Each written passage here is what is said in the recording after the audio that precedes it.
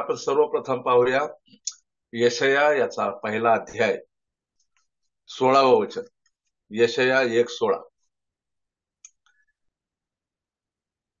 आपणास धुवा, स्वच्छ करा, माझ्या डोळ्यापुढून आपल्या कर्माचे दुष्टपण दूर करा, दुष्टपण करण्याचे सोडून द्या. इथे परमेश्वर एक आज्ञा देत आहे आणि इथे आहे धुण्याची आज्ञा. परमेश्वर म्हणत आहे की आपणास धुवा, स्वच्छ करा, माझ्या डोळ्यापुढून आपल्या कर्माचे दुष्टपण दूर करा, दुष्टपणा करण्याचे सोडून द्या. प्रियांनो, जर आम्ही याच अध्यायाच्या 11 वचनामधून पाहिलं तर परमेश्वर म्हणत आहे की तुमचे यज्ञबली माझ्या काय कामाचे. मेंढराचे होम, पुष्टवासराची वापा यांनी माझी तृप्ती झाली आहे. बैल, कोकरे, बोकड यांच्या रक्ताने मला संतोष होत नाही. तुम्ही माझे दर्शन घेण्यास येताना माझे अंगणे तुडवता, निरर्थक अर्पणे आणता. धुपाचा मला वीट आहे.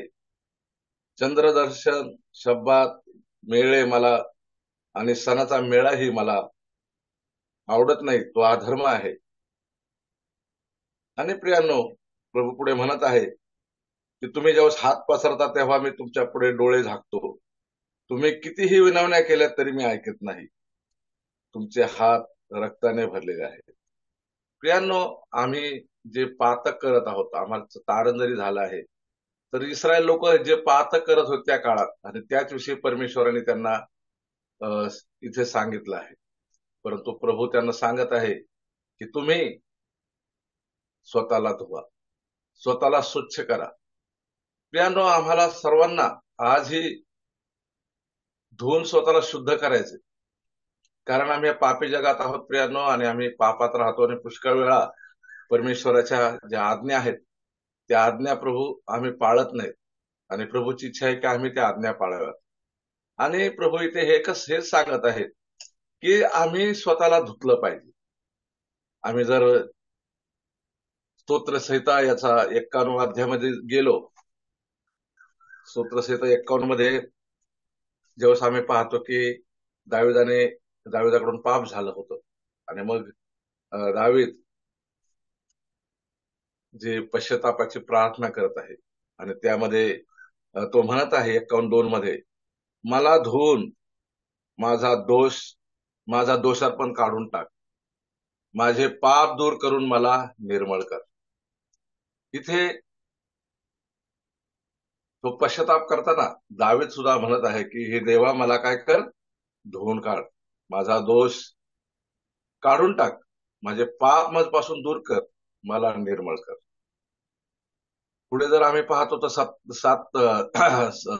17 वचनामध्ये म्हणत आहे, यजोबाने माझा पापमळ काढ, म्हणजे मी निर्मळ होईल, मला धु की मी बर्फासारखा शुद्ध होईल. आणि प्रियांनो, परमेश्वरांनी त्याची प्रार्थना ऐकली. त्यांनी पाप केलं होतं, परिणाम पण त्याला भोगावे लागले. परंतु आम्ही पुढे पाहतो परमेश्वर त्याच्याविषयी साक्ष देतो की दावीद माझ्या मनासारखा आहे. दाविदाला परमेश्वराचं मन होतं. ज्यावेळेस स्वतःला धुण्यासाठी दावीद सांगत आहे आणि परमेश्वराने, आम्ही पाहतो की परमेश्वराने त्याच्या वंशाला निरंतरच त्याला राजगद्दी दिली. निरंतर त्याच्या कुळामध्ये राजे निर्माण होत आहे. आता जरी नसले तर आमचा प्रभू येशू ख्रिस्त दाविदाच्या कुळातून राजा आहे. तर प्रियांनो, आम्ही पहिली आज्ञा पाहिली की आपणास स्वच्छ धुवा, ही देवाची आज्ञा आहे. दुसरं आम्ही पाहूया यिर्मया याचा 4 अध्याय 14 वचन. तिथं लिहिलंय, हे यरूशलेमे, आपल्या अंतःकरणाची शुद्धता धुवून टाक, म्हणजे वाचशील.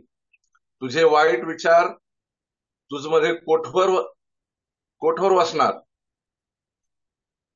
यरूशलेमाला म्हणत आहे परमेश्वर, तू आपल्या अंतःकरणाची दुष्टता धुवून टाक. प्रियांनो, इथे परमेश्वर सांगत आहे की अंतःकरण धुण्यासाठी. यरूशलेम परमेश्वराच्या आवडीची नगरी होती. इस्रायल लोक त्याचे स्वतःचे लोक होते आणि त्यांनाही परमेश्वर सांगत आहे की तुम्ही आपल्या अंतःकरणाला धुवा. आम्ही त्या 4थ्या अध्यायाच्या 3ऱ्या वचनामध्ये पाहिलं तर परमेश्वर त्यांना म्हणत आहे, आपले पडीत जमीन नांगरा. हे आमच्या हृदयाचं चित्र आहे, पडीत जमीन. ज्यावेळेस आम्ही मत्तयाचा 13वा अध्याय पाहतो, तिथं 4 प्रकारच्या जमिनी आहेत. आणि ही सुद्धा प्रियांनो आम्ही पाहतो की पडीत जमीन आहे, काटे कुसळे उगवलेले आहेत त्या जमिनीमध्ये. काट्यामध्ये पेरू नका, ते काटे कुसळे काढायचे, तिला नांगर करायचंय. यहुदाचे व यरुशलेमचे लोक हो, परमेश्वरा प्रत्यर्थ आपली सुनता करा, आपल्या अंतःकरणाची सुनता करा, आपलं अंतःकरण शुद्ध करा. नाहीतर तुमच्या कर्माच्या दुष्टतेमुळे माझा क्रोध अग्नीसारखा भडकेल आणि तो कोणाच्याने विझणार नाही, असा पेटेल. असा परमेश्वराचा क्रोध पेटेल जर आम्ही अंतःकरण धुतलं नाही, अंतःकरण शुद्ध केलं नाही, तर परमेश्वराच्या क्रोधाला आम्ही वाट देतो. आम्ही थेसलोनिका पत्रामध्ये पाहतो की परमेश्वराने आम्हाला तारणासाठी निवडले, क्रोधासाठी नाही. तर प्रियांनो, परमेश्वराचा क्रोध आम्हावर येऊ नये म्हणून आम्ही आमचं अंतःकरण धुतलं पाहिजे. यिर्मयाच्या 17 अध्याय 9 वचनामध्ये लिहिले, हृदय सर्वात कपटी आहे आणि ते असाध्य रोगाने ग्रस्त आहे, त्याचा भेद कोणाला कळतो. आमचं जे अंतःकरण आहे ते फारच कपटी आहे आणि अशा कपटी अंतःकरणाला आज आम्हाला धुवायचं आहे. प्रियांनो, जो आम्ही मार्काचा शुभवर्तमान याचा 7वा अध्याय आणि 21व्या वचनामध्ये गेलो तर तिथे अंतःकरणातून बाहेर निघणाऱ्या गोष्टी आम्ही पाहतो. अंतःकरण जे आहे आमचं मोठं भारी पापाचं गोडाऊन आहे आणि त्यामधून आम्ही पाहतो वाईट विचार बाहेर निघतात. कामातुरपणा, हेवा, शिवीगाळी, जार कर्म, चोऱ्या, खून, व्यभिचार, लोभ, दुष्टपणा, कपटपणा, अहंकार, मूर्खपणा, ह्या सर्व गोष्टींनी ते भरलेलं आहे. आणि या सगळ्या गोष्टी आतमध्ये आहेत. प्रभूने सांगितलं की ह्या सगळ्या गोष्टी आत आहेत, त्या आतून बाहेर येतात आणि माणसाला भ्रष्ट करतात. म्हणून आम्हाला आमचं अंतःकरण धुतलं पाहिजे, आम्हाला वेगळं व्हायला पाहिजे. जर आम्हाला जगापासून वेगळं व्हायचं असेल तर आम्हाला आमचं अंतःकरण धुतलं पाहिजे. प्रियांनो, आम्ही जर वेगळेपणाचे जर आशीर्वाद पाहिले तर मोठा भारी संदेश होणार तो. मी आज तुम्हाला धुण्याविषयी सांगत आहे. तर ज्यावेळेस आम्ही वेगळं होतो प्रियांनो, तो परमेश्वराचे आम्हाला मोठे मोठे आशीर्वाद मिळतात. आम्ही थोड्यामध्ये पाहूया. 2 कोरिंथ्याचा 6वा अध्यायामध्ये येऊया. 2 कोरिंथ 6 अध्याय. इथे काही वेगळेपणाचे आशीर्वाद परमेश्वराने आम्हाला दिलेले आहेत, ते पाहणार आहोत. जर आम्ही वेगळं हो अंतःकरण धुवून, तर त्यामध्ये आम्हाला काही आशीर्वाद आहेत, ते आशीर्वाद आम्ही पाहणार आहोत. तिथे आम्ही जर पाहिलं तर 14 वचनापासून तर 18 वचनापर्यंत परमेश्वर म्हणत आहे की आम्ही कसं वेगळं व्हावं. विश्वास ठेवणारा, विश्वास न ठेवणारा यांचा संबंध आम्ही जोडू नये, विजोड होऊ नये. परमेश्वरांचे पुष्कळ गोष्टी सांगल्यात. नीती व स्वैराचार्यांचे भागे कसे होणार, उजळ व अंधाऱ्यांचा मिलाप कसा होणार, ख्रिस्त आणि सैतान म्हणजे बलिया यांची एक वाक्यता कशी होणार, विश्वास ठेवणारा व विश्वास न ठेवणारा हे कसे वाटेकरी होणार, आणि देवाचं मंदिर आणि मूर्तीबरोबर कसा मेळ बसणार, आणि तुम्ही तर जिवंत देवाचे मंदिर आहात. आणि प्रियांनो, जेव्हा आम्ही वेगळेपणा होतो तर आम्हाला इथे 6 आशीर्वाद तिथे आम्हाला पाहायला मिळत आहेत. पहिलं परमेश्वर म्हणत आहे 16 वचनामध्ये, जर तुम्ही वेगळे झाला तर असं लिहिलं की मी त्यांच्यामध्ये वास करेन. परमेश्वर आम्हामध्ये वास करेल आम्ही वेगळेपणाचं जीवन जगलो तर. पुढे लिहिलं की मी त्यांचा देव होईल. दुसरा आशीर्वाद, ते माझे लोक होतील. 17 वचनामध्ये लिहिले, मी तुम्हाला स्वीकारेन, मी तुमचा स्वीकार करेन. परमेश्वर म्हणतोय मी तुम्हाला पिता असा होईल आणि तुम्ही मला पुत्र आणि कन्या होईल. जर आम्ही वेगळेपणाचं जीवन जगतो प्रियांनो, हे सर्व आशीर्वाद आम्हाला मिळणार आहेत. आणि 7व्या अध्यायात पहिल्या वाचलेले, तेव्हा प्रियजन हो, आपणालाही अभिवचने मिळाली आहेत. ही अभिवचनं आम्हाला मिळायची असेल तर आम्हाला वेगळं पण जगायचे आणि आम्हाला काय करायचंय, आमचं अंतःकरण धुवायचंय. आम्हाला वेगळापणा जगायचा आहे प्रियांनो, म्हणून आम्हाला अंतःकरण धुवायचं आहे. आम्ही तिसरी गोष्ट पाहणार आहोत. निर्गमन याचा 19 अध्याय आणि 10 वचन. परमेश्वर मोशेला म्हणाला, तिथे सांगितलं की तू लोकांकडे जा आणि त्यांना आज व उद्या पवित्र कर. त्यांनी आपले कपडे धुवावेत. आणि इथे परमेश्वर मोशे बरोबर बोलत आहे आणि मोशेला परमेश्वर सांगत आहे की तू लोकांना शुद्ध कर आणि तू माझ्याकडे ये. आणि परमेश्वराने जे नियमशास्त्र मोशेला दिलं होतं ते परमेश्वराने पहिलं तोंडाने वदलं आणि नंतर लिखित दिलं. आणि 19व्या अध्यायामध्ये परमेश्वर सांगत आहे त्याच्या लोकांना, तुम्ही स्वतःचे कपडे धुवा, शुद्ध करून तुम्ही त्या डोंगराजवळ या. डोंगराला कोणी शिवू नका, तिथं स्पर्श करू नका, कारण देव पवित्र आहे. आणि प्रियांनो, आम्ही पाहतो की मोशेने त्यांना सांगितलं आणि ते शुद्ध होऊन तिथे आले. आणि ज्यावेळेस परमेश्वर मोशेबरोबर बोलला तर आम्ही पाहतो त्यावेळेस जे डोंगर आहे तो थरथरत होता. तिथे आग्नी आणि परमेश्वर मेघगर्जनेने बोलत होता. आणि अशा परमेश्वर तिथे मोशेबरोबर बोलला. आणि आम्ही पाहतो 20व्या अध्यायामध्ये त्या 10 आज्ञा परमेश्वरांनी वधून दाखवल्या त्यांना, की तुम्ही कशा आज्ञा पाळाव्या. तर तिथे आम्हाला नियमशास्त्र देण्यासाठी, परमेश्वराचे वचन आम्हापर्यंत येण्यासाठी आम्हाला काय करायचंय? धुवायचं आहे. आणि तिथे निर्गममध्ये परमेश्वराने सांगितलंय की देवाच्या वचनाच्या प्राप्तीसाठी आम्हाला शुद्ध करायचं. जर आम्हाला देवाचं वचन प्राप्त व्हायचं असेल, परमेश्वराला आम्हाशी बोलायचं असेल, परमेश्वरात तर आम्हाला काय करायचंय? स्वतःला शुद्ध करायचंय. आमचे वस्त्र आम्हाला धुवायचे आहेत. प्रियांनो, आम्ही पाहतो की ज्यावेळेस पहिलं पाप झालं त्यावेळेस आदामाने हवेला कळलं की आम्ही निर्वस्त्र आहोत. आणि मग त्यांनी स्वतःसाठी कटिवस्त्रे तयार केली. परंतु ती तात्पुरती होती. पण परमेश्वरांनी त्यांच्यासाठी एक पशुला वधलं, एक कोकऱ्याला वधलं आणि त्यांना चर्म वस्त्रे दिली. आणि ती टिकाऊ वस्त्र होती. जे कामाचे नसलेले वस्त्र, जे गळून पडणारे वस्त्र होते, ते कमी काळ टिकणार होते. पण परमेश्वराने त्यांची तरतूद केली, त्यांना चर्म वस्त्रे दिले. परंतु आम्हाला यशाया 61:10 प्रमाणे आम्हाला तारणाचे वस्त्र दिलेले आहेत आणि धार्मिकतेच्या झगा आम्हाला दिल्या आहेत. तर आम्हाला सुद्धा प्रियांनो या सर्व गोष्टीची जाण पाहिजे. आम्ही वारंवार अपवित्र होऊ नये म्हणून आम्ही स्वतःला धुतलं पाहिजे, स्वतःला शुद्ध केलं पाहिजे. प्रकटीकरणाच्या 7:13 मध्ये तिथं योहान म्हणत आहे, शुभ्र वस्त्रे परिधान केलेले हे लोक कोण आहेत? कोठून आलेले आहेत? शुभ्र वस्त्र परिधान केलेले लोक प्रभूकडे आहेत, जात आहेत. आणि मी त्याला म्हटले, हे प्रभू, हे तुलाच ठाऊक आहे. तुम्हाला म्हणाला, मोठ्या संकटातून येतात ते हे आहेत, त्यांनी आपले जगे कोकऱ्याच्या रक्तात धुवून शुभ्र केले आहेत, त्यामुळे ते देवाच्या राजासनाजवळ आहेत. ते अहोरात्र त्याची सेवा करतात. ज्यांनी आपले वस्त्र कोकऱ्याच्या रक्तात धुतले ते परमेश्वराच्या अहोरात्र सेवा करेल. प्रभू येशूचे रक्त आम्हाला सर्व पापापासून शुद्ध करते. प्रियांनो, आम्ही जे आम्हाला तारणाचे वस्त्र दिले आहेत, धार्मिकतेचा झगा दिला आहे, आम्ही त्याला डाग पडू देऊ नये, तर आम्ही निरंतर त्याला धुवावं, हे परमेश्वराची इच्छा आहे. प्रियांनो, आम्ही चौथी गोष्ट पाहूया. योहान कृष्ण वर्तमान याचा 9वा अध्याय आणि 15वा वचन तिथे लिहिलं आहे. जन्मंदाने पुरुषास सांगितले, त्याने माझ्या डोळ्यास चिखल लावला, तो मी धुवून टाकल्यावर मला दिसू लागली. प्रियांनो, इथे आम्ही पाहतो की जो जन्मंदा आहे त्याला प्रभू येशू ख्रिस्ताने दृष्टी दिलेले पाहतो. प्रभू येशू ख्रिस्त ते जन्मंदा विषयी लोक म्हणत होते की याने पाप केलं का, याच्या आई वडिलांनी पाप केलं. आम्ही पाहतो पापामुळे सगळ्यात पहिला परिणाम डोळ्यावर होतो.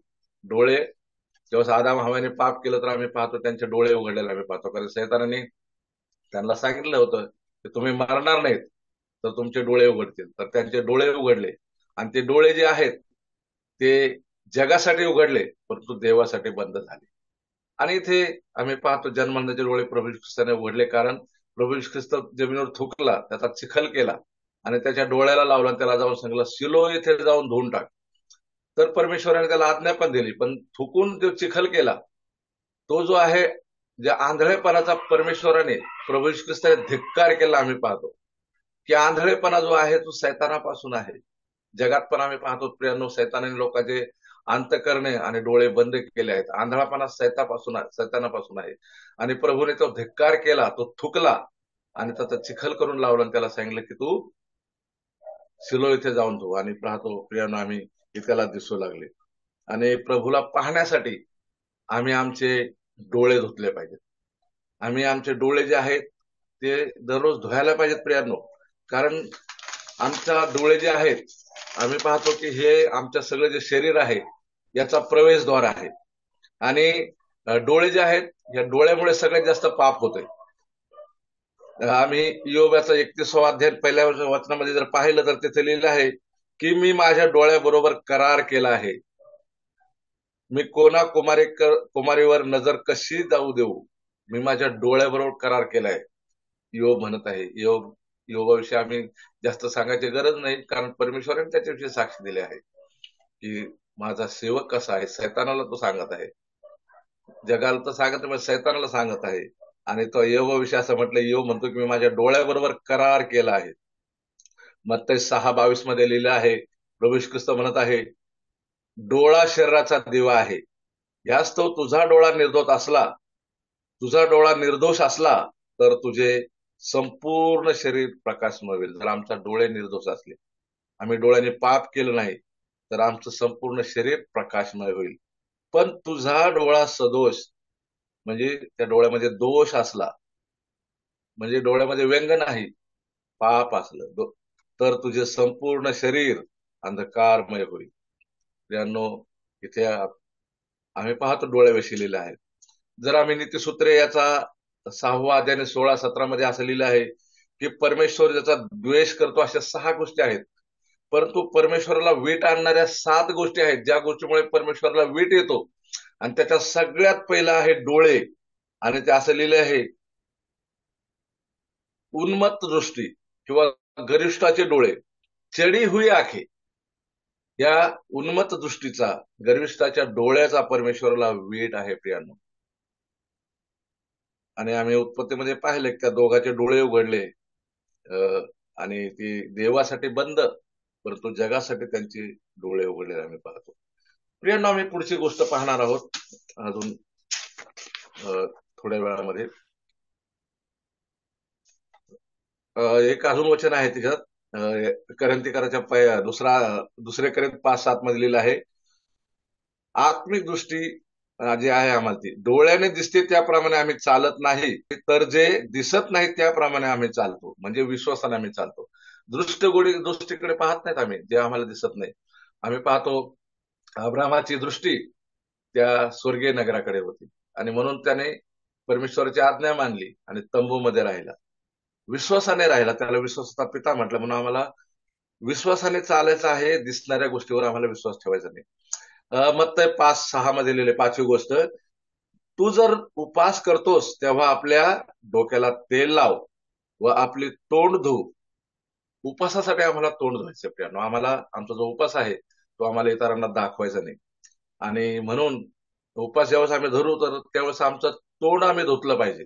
आणि आम्ही दाखवलं पाहिजे की आम्ही जो उपास करत आहोत तो परमेश्वरासाठी करत आहोत, आमच्यासाठी करत आहोत. आणि यशाच्या 58व्या अध्यायामध्ये अनुचित उपास आणि उचित उपास याविषयी लिहिलेलं आहे. 3 ते 5 मध्ये अनुचित उपास लिहिला आहे, आणि 6-7 मध्ये जो उचित उपास आहे त्याविषयी लिहिलेला आहे. आणि असं लिहिलंय मत्ताच्या 6व्या अध्यायामध्ये 8 ते 10 वचनामध्ये, जर आम्ही उपास केला लोकांना दाखवण्यासाठी नाही केलं, तर असं लिहा, तुमचा पिता जो गुप्त आहे, जो गुप्ततेने आम्हाला पाहतो, परंतु आम्ही लोकांना दाखवतो. आम्ही गुप्तपणे जर उपास केला तर तो आम्हाला प्रतिफळ देणार आहे, आणि उपासाचे उत्तर आम्हाला मिळते. प्रियांनो, अजून एक गोष्ट पाहूया. 6वं जे आहे ते प्रेषित कृत्य 16:33 मध्ये आम्ही पाहतो. प्रेषित कृत्य 16:33, मग रात्रीच्या त्याच घटकेस त्याने त्यांना जवळ घेऊन त्यांच्या जखमा धुतल्या, आणि तेव्हाच त्याने त्यांच्या घरच्या व सर्व माणसाने बाप्तिस्मा घेतला. प्रियांनो, आम्ही इथे पाहत आहोत की बंदीगृहामध्ये यांना टाकलं आहे, पौल आणि सिलास यांना. त्यांना मार पडलेला आहे. ते कारण आम्ही पाहतो की ते तिथे लोक जे होते फिलिपीतील, तर ते जी मुलगी जे हे पाहत होती, सपून पाहत होते, आणि तिच्यामध्ये दुष्टात्मा होता, त्यांनी काढला. आणि मग आम्ही पाहतो त्याला लोकांच्या हातात दिलं, त्यांना छड्या मारल्या, त्यांना मारलं, आणि त्यांना बंदी शाळेत ठेवलं.